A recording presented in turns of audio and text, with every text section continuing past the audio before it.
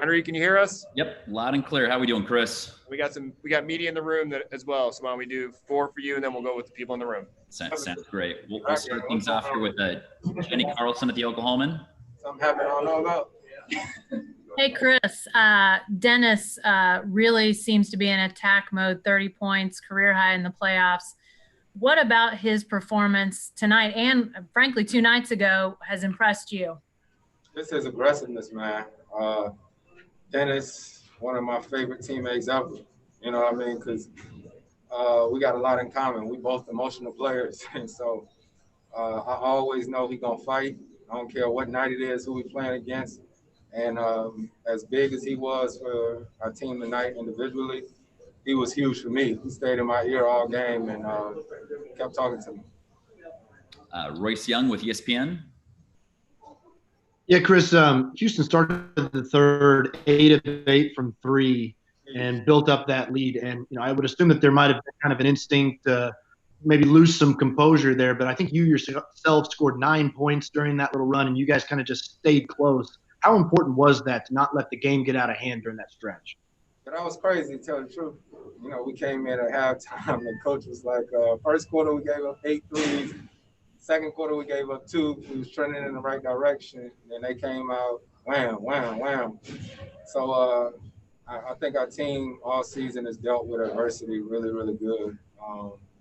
We just tried to, keep playing, keep fighting, and stayed in the game. Next up, Eric Horn with The Athletic.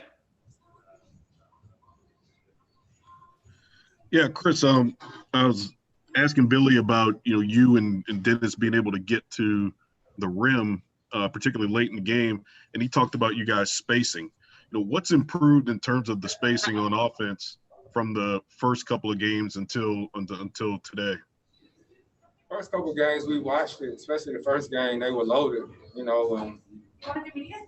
we just knew we had to take our shots when they were there. It was sort of just giving us the open threes, and each game is different, but we have some dynamic guards. I'm probably not dynamic, but Shay and Dennis are. So we know that if we can get those guys space, they can get downhill. Last one before we go to questions in the room, we're going to go to Nick Gallo, OKCThunder.com. Hey, Chris. Lou played with 5 fouls for a lot of the second half and hung in there, and you guys only put them to the line once in the second half. What did you think of the way that he was able to do that and you guys were able to do that? Said the last game, man, Lou is special. Lou is unbelievable how he accepts the challenge. He had to listen to me yelling at him all game about what to do here and what to do there. And when he had 5 fouls, I just kept telling him, you can't get a 6. Like, it's not that you shouldn't get one, you can't get a 6. And he stayed out there.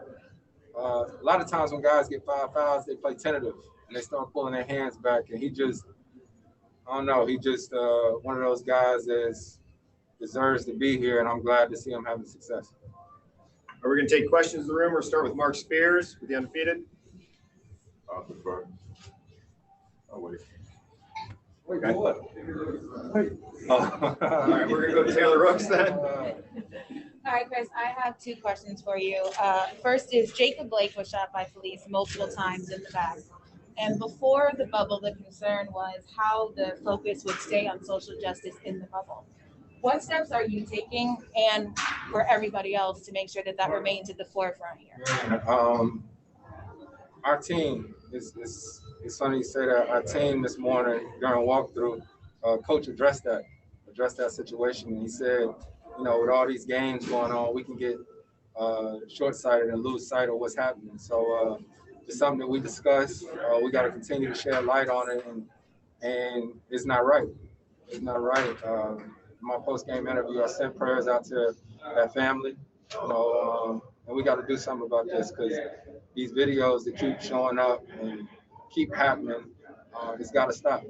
And we're going to keep, talking about it and fighting and making sure that people are held accountable. For my second question, basketball question, I think everybody knows that before the season started, you guys going to the playoffs, there was a low chance, allegedly. I don't know if it's possible to really overstate the impact that you have had on the Thunder and their culture, What have you learned about leadership so far this season? I think leadership is one of those situations too where you got to be able to listen. You got to be able to listen. And I know I can be stubborn and hard in my ways, but this game right here, Dennis was on my head, right? Dennis was on me, rightfully so. You know, you can give it, you got to be able to take it. You know, and I think that's what our team has prided ourselves on, making sure that we can communicate through the good times and the bad. Thank you. We got Mark Medina, USA Today. Hey, Chris, good to see you. So, you know, yesterday would have been Kobe's 42nd birthday. I was wondering, obviously, it's been such a tough 7 months since his passing, but what sort of memories triggered yesterday with Kobe? Oh, man. I think one of the most special things I seen was Pau Gasol with Kobe's daughter. You know what I mean? That's true friendship. And, you know, when you think about this bubble, you know, I've had an opportunity to spend time with guys that I never would have got a chance to spend time with. Last night, I got a chance to spend some time with Gennaro Fargo and Tyson Chandler, who us three haven't been together, I think, since my wedding in 2011. And all I could think about is what Bean would have been like in this bubble. You know what I mean? Like what Cole would have been like in this bubble. Cole was a killer. You know what I mean? When it comes to this court and craftsmanship of this game and the competitive nature of it. So when we out here and, you know, people talking about, you know, this and that and what you don't have, you just got to be thankful for the opportunity we do really get a chance to play. And people probably would never know this, but before the game, I used to hit the stanchion 3 times before the jump ball. I do 8 now. And I look up and I say, let's go Bean, right? Because I know what type of competitor he was, and I know it ain't a game that's going on that he's not watching. Thank you, Chris. One last thing, too. I want to say a big shout out to Alabama State. University, I wore those shoes today. Shout out to Mo Williams, Mo Gotti, my former teammate who was the coach there.